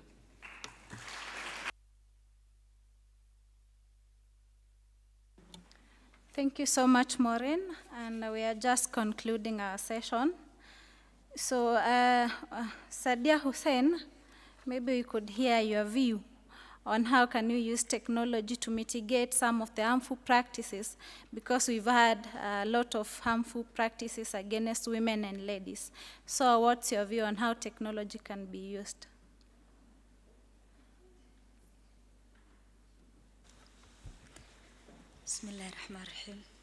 Hello everyone. If you are here and you are happy about the International Women's Day, kindly wave. Are you all happy? Say Happy International Women's Day. Happy International Women's Day. So my name is Sadia Hussein. I come from Tana River County, where the same issues that were presented happens. And I am an FGM survivor, a gender champion. I advocate for the rights of women and girls. I am the founder and CEO of Brighter Society Initiative because I believe the society should be brighter for all of us, not just women, but women, men, boys, and girls, everyone in the society. I am a mother of 3 beautiful daughters who have not been mutilated because I want to challenge you all before I even contribute to what was said. I was moved by what Rehema was talking about in Kwale, that when we are sitting here and fighting for gender equality, are we really thinking about those rural women and girls who have no voice? Are we even thinking about them today? Are their voices being heard? Are we giving them the platform to share their voices? And as I comment, I want to tell you, starting by myself, charity begins at home. I empowered my 3 daughters to use poems to empower themselves. Whenever they go to school, they are not stigmatized, and they can say, we were born perfect, we are clean with a shower, we don't need mutilation. How are we empowering our own daughters have the voice and champion for their rights at the family level? Are we that courageous enough to empower our very own? That's the first challenge I want to put across. Today I want to thank Plan International for actually coming out with this session. We are discussing about innovation. I want to tell you an innovative way of actually raising the voices of rural women and girls who have been faced by hunger, crisis, drought. And hunger and crisis means girls are mutilated because these fathers want to restock the livestock they've lost. Because we know during this drought, a lot of cattle have died. So now they want to restock. And for them to restock, they have to remarry, they have to marry off their girls so that they get dowry from these girls. So that means that's child marriage. We are already shattering the dreams of these girls because they will eventually drop out of school. We are talking about raising cases of teenage pregnancies, and teenage pregnancies include even the data from those child marriages. And from the teenage pregnancies, remember, these girls who have been married off at younger ages are defiled in their marriages because these are children who have not reached the age of marriage. So we are talking about defilements, teenage pregnancy, right from FGM as the root cause. So I want to tell you, can we all stand for these women and girls? And in this hall today, we have young people who use digital platforms. Can we just take a small video recording of those girls who are the rurals saying, I want to raise my voice? We share those videos online and let these UN people who are advocating for the rights of women and girls see the voices of those grassroots people. At the local radio stations, can we air the voices of those women and girls? We are here with Mama Nuria. She's telling you the women are using kabambe. If we can group them in a panel, for example, language should never be a barrier for a woman to raise her voice. I can translate for them. We can use webinars for those grassroots women. That is the innovation we want to bring. I have a smartphone, they don't have a smartphone. Can we sit in the same platform? We use our smartphone to join meetings like this so they will know what is going on. So for me, it's about how we really care about them. It's not the spaces are there, and it's not about just a digital space. Can it be a safe space? Today, we are talking about FGM. I want to challenge you all. In Kenya alone, we are talking about 4 million women and girls who are living with the scars of female genital mutilation. And it's very hard for us to justify what FGM is. And I know in this hall, many of you do not understand what female genital mutilation is. And I want to tell you, if today you are looking on the screens. If my lips and nose was what was cut, you will be looking at me and saying, we are sorry. But because FGM has been done to a hidden genitalia, all of you go to the internet, today, Twitter, there are a lot of topics trending, but FGM never trends. Why? Because people do not understand, and it's hard for me to justify what happened to me. And innocent girls today, as we sit here, are going through female genital mutilation. And where I come from and Mama Nuria comes from, we are talking about 94% of women and girls today living with the scars of female genital mutilation, and the majority of them go through child marriage, and they are also defiled in their marriages. One more thing I want to leave you with. I wrote these books, The Hidden Scars of Female Genital Mutilation and A New Dawn for Children. It educates and informs you about what we as women and girls go through and never talked about. So can we, all of us, talk about ending period shame, ending violence against women and girls, and ending FGM, female genital mutilation, for us to be able to enjoy equal rights like the rest of the world. And I want to leave you with just one note. I think Rehema said, if we empower women, they will empower their children, their sons, their brothers. I want to tell you today, when we talk about gender equality, the men who are here feel threatened because they feel like we want to share powers with them. Let me tell you, gender equality is not about sharing powers. It's about collaborating to brighten the society. We are your mothers, we are your mothers, we are your sisters, we are your daughters, and we want to actually brighten the society equally. I want to shake hands with my colleague here.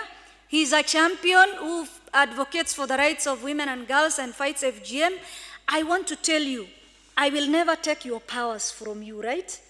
But if I am here equally seated with you, we are able to collaborate, share, partner, and make the society brighter for all of us, and it's enough for all of us. Thank you so much.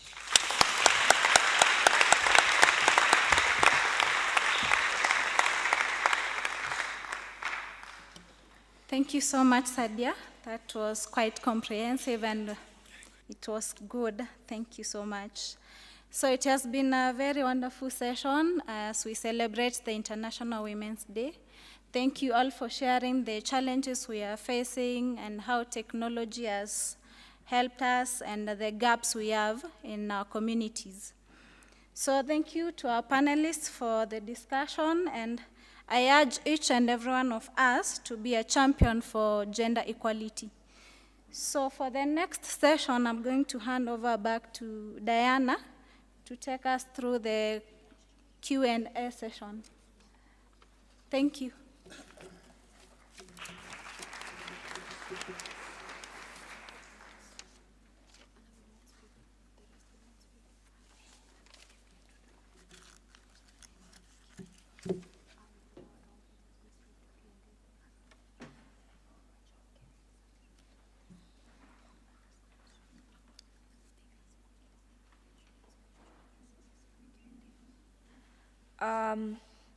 I find this the discussion today very, very interesting and relevant because as KMUN currently, the General Assembly is talking about this. For example, ECOSOC is talking about access to education to promote youth innovation. UNEP, they're talking about climate change as a global pandemic, a consolidated global action to achieve climate security for a sustainable future. When we go to UN Women, they're talking about addressing the impact of conflict-related sexual violence on women. When we go to UNSC, we're talking about the Armenia-Azerbaijan conflict. SOCAM are addressing the impact and challenges of digital technologies on children.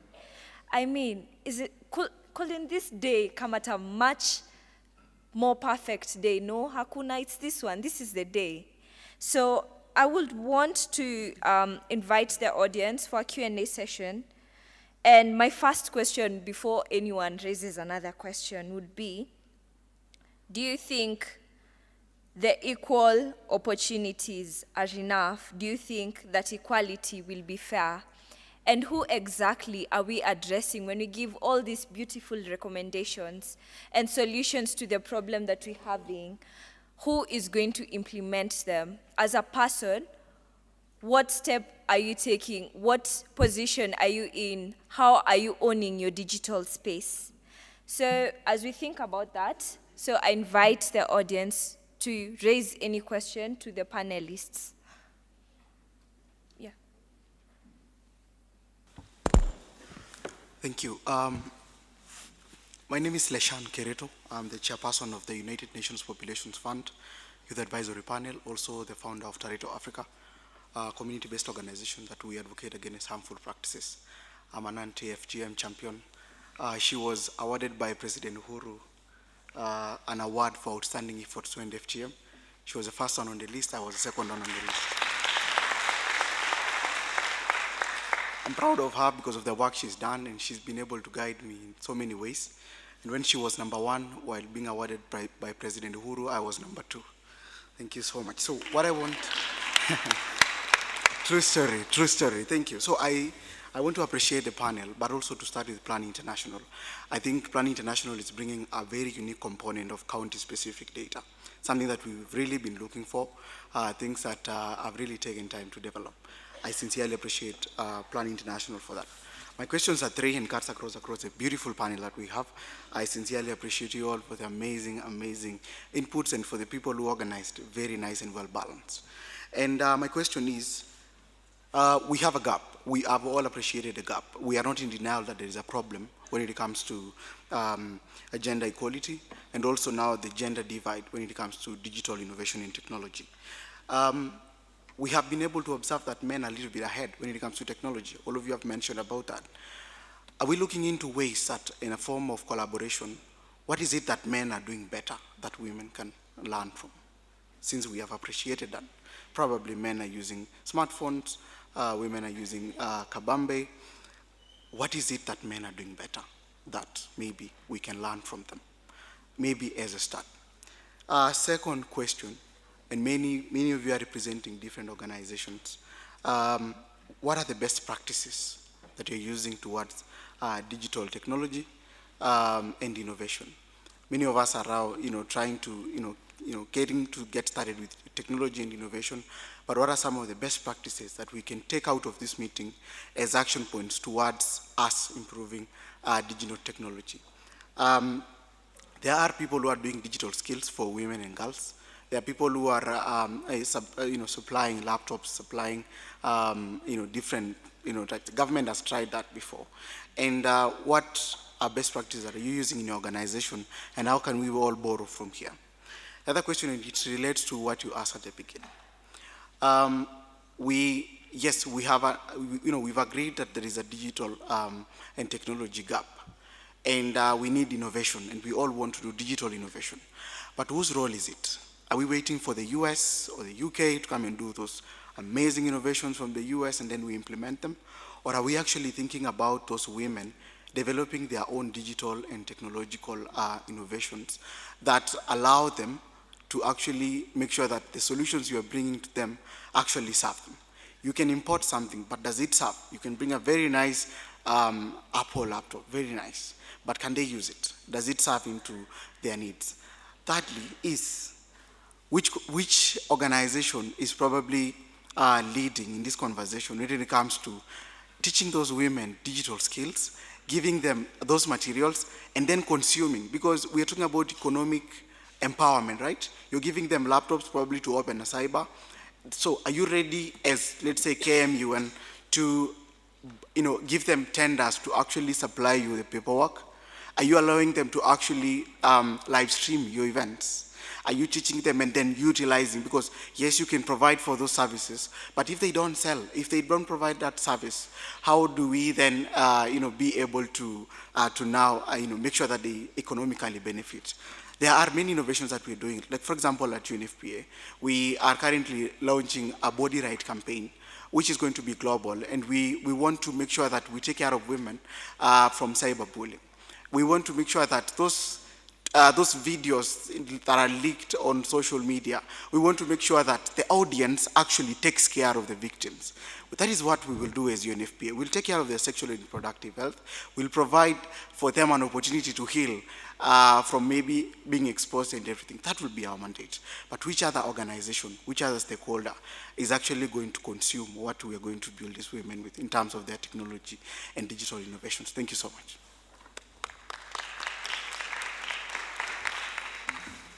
So maybe I can request Anna Katuki to address maybe an issue or two raised.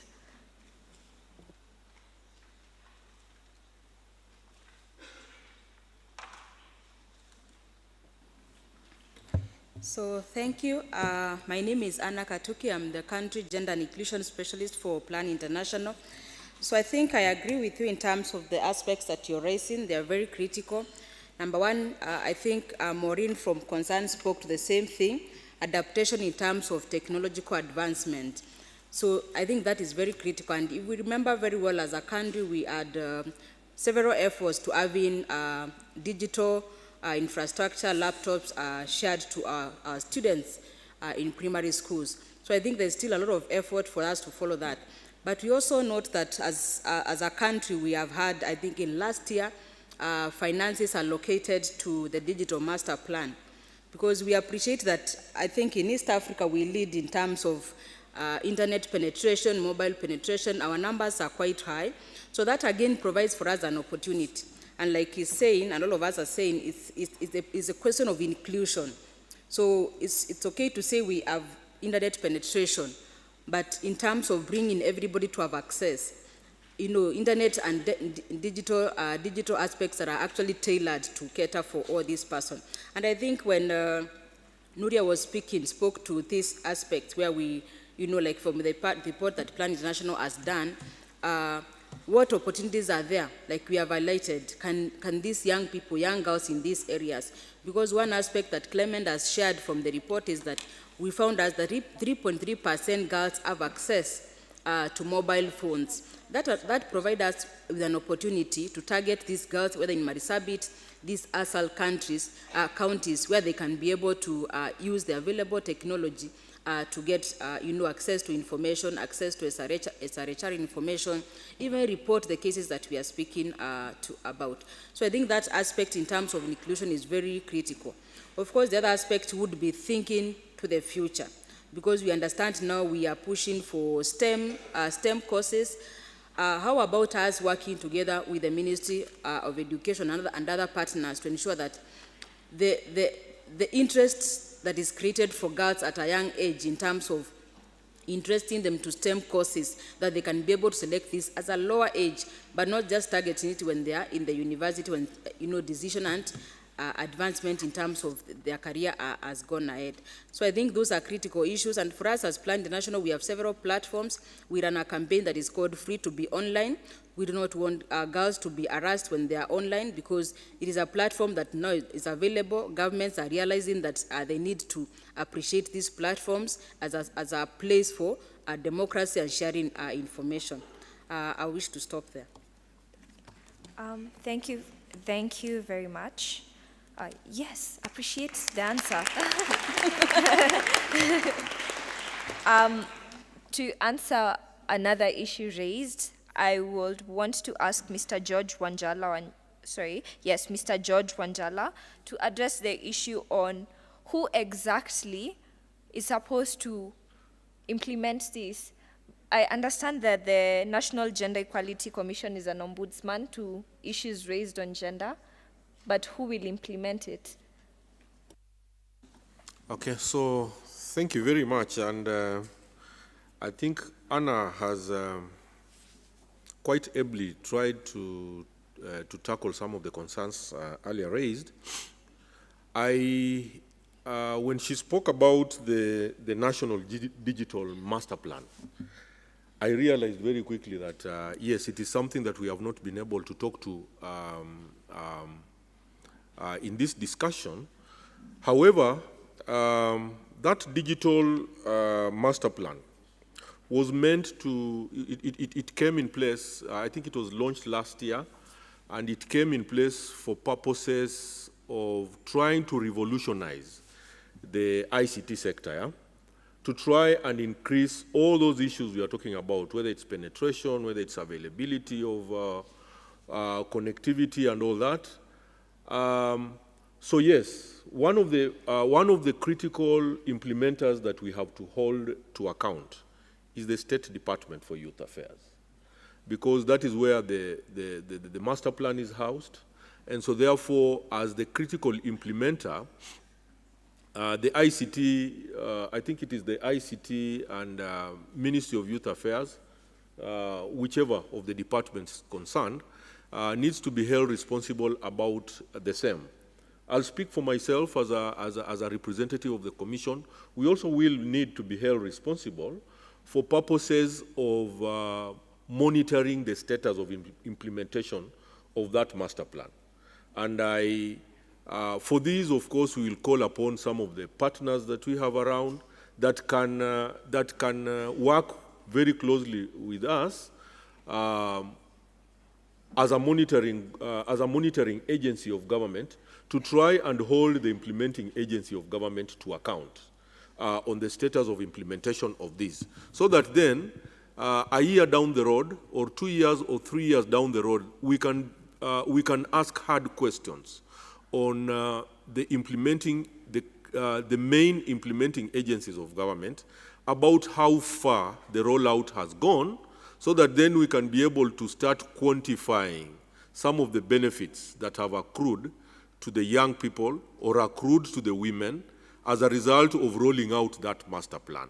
So it is it's not a one size fits all. Yeah, it is a question of trying to monitor the status of implementation and holding the responsible government agency, in this case, the ministry directly responsible, that is the ministry in charge of ICT, to account with regard to the same.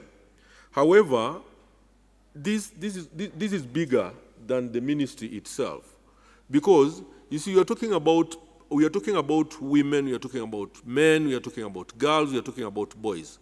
But where are these people domiciled? These people are in the counties.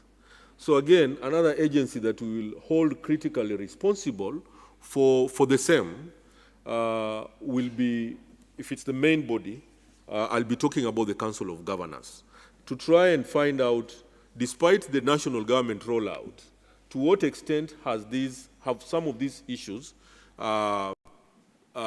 been rolled out and had a meaningful impact at the county level, so that then we are able to respond to some of the critical implementing agencies of government that we should be able to hold critically to account, so that then they are able to convince us that despite the existence of a national youth policy or a master plan or digital master plan, this is the status of implementation of the same. So that next year when we are coming here again, hopefully, we are coming back here, we should be able to invite somebody from that responsible agency to tell us that this is the status of implementation. And if they are not, then the National Gender and Equality Commission, which is a monitoring agency, would have worked with other partners, such as Plan International, to come up with a status report that then we can be able to share with a bit of confidence, so that we are able to convince the country that we are on the same path that the master plan sought out to achieve. Thank you very much.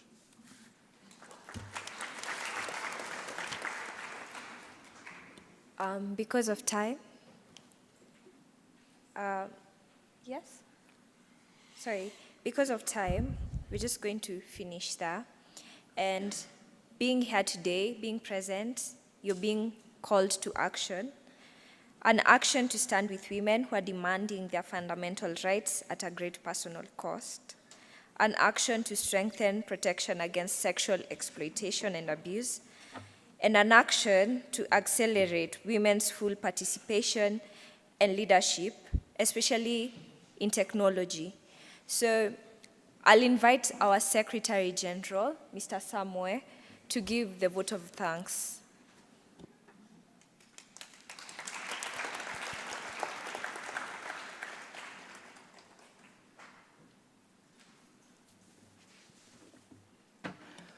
All right. Thank you so much, Gakinya. I must first of all recognize our partners, Plan International, for the wonderful session today. Have we learned something today? What? Yes, yes, yes. I think the biggest thing right now is, I think as our chairperson from UNFPA said, the question is, who are you waiting for to act? I mean, we've had a wonderful session today. You've had the stories. I mean, now what next? But before I close, I would love to invite one of our key partners for this conference to give a closing remark, and of course, I think shed a broader perspective on this matter. I think as KMUN, we always teach our guys to have an open mind, right? Yes. So I'll invite Lulu. Please let's clap for Lulu as she comes. Closing remarks around 2-3 minutes. Please clap for her nicely. There we go. Thank you.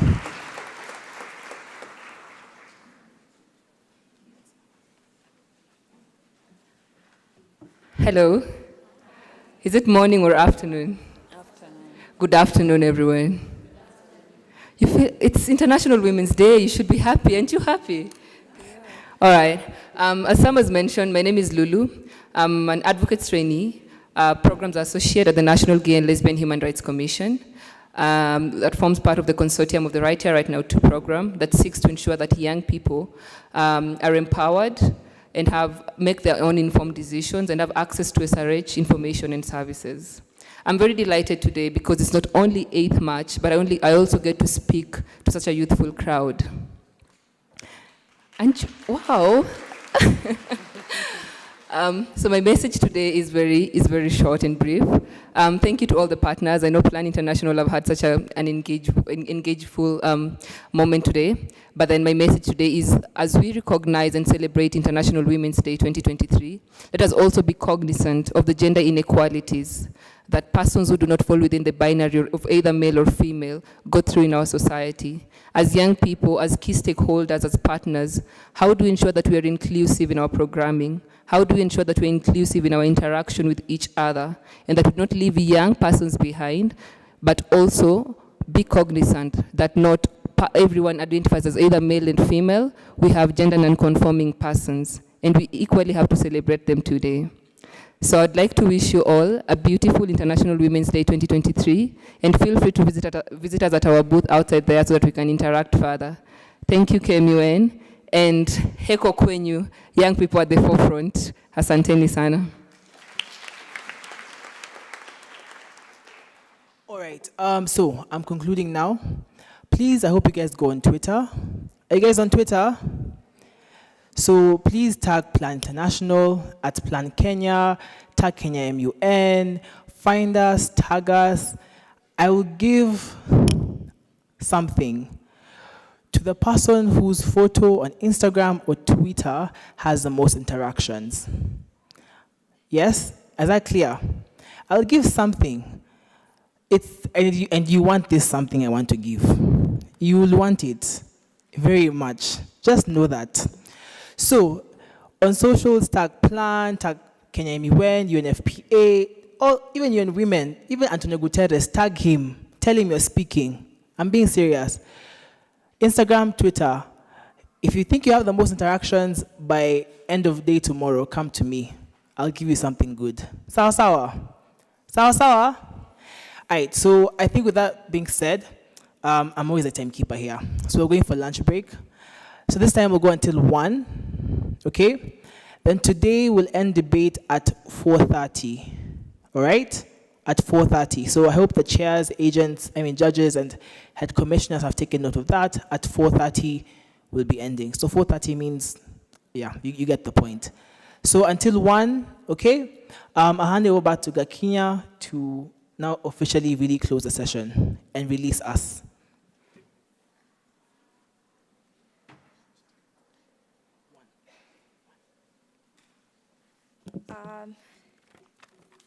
Before I release you, now it's like all the power is in my hands. I can decide we stay here we stay here until tomorrow.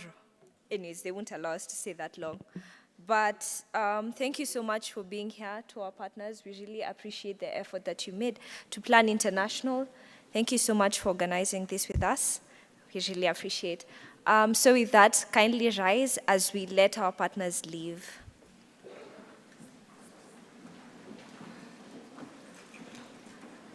So we can appreciate them by clapping as they leave. So, yeah.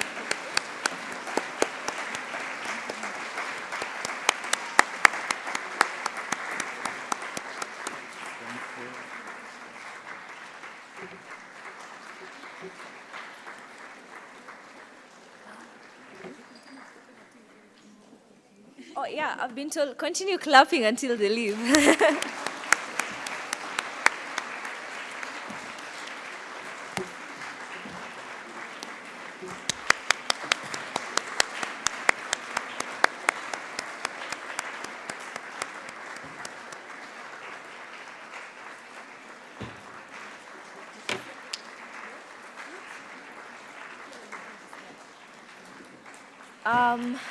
So you may have your seats for just like a few housekeeping things. So I think in the morning, I stated that I had someone's document. I am not sure whether you picked your documents, but I think you're from KU. And if this belongs to you, it's a Valentino kabag. Please pick it from me. Yes.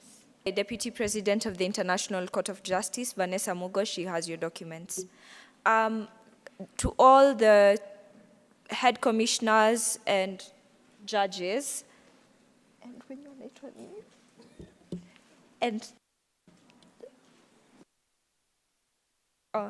basically all bureau members, you can maybe remain behind and kindly make sure that you're in your rooms by 1. Today we do not need to have the Secretary General communicate that you need to leave. So be done by 4:30 and then do not stay here, just leave, like leave the premises, okay? You're dismissed for lunch.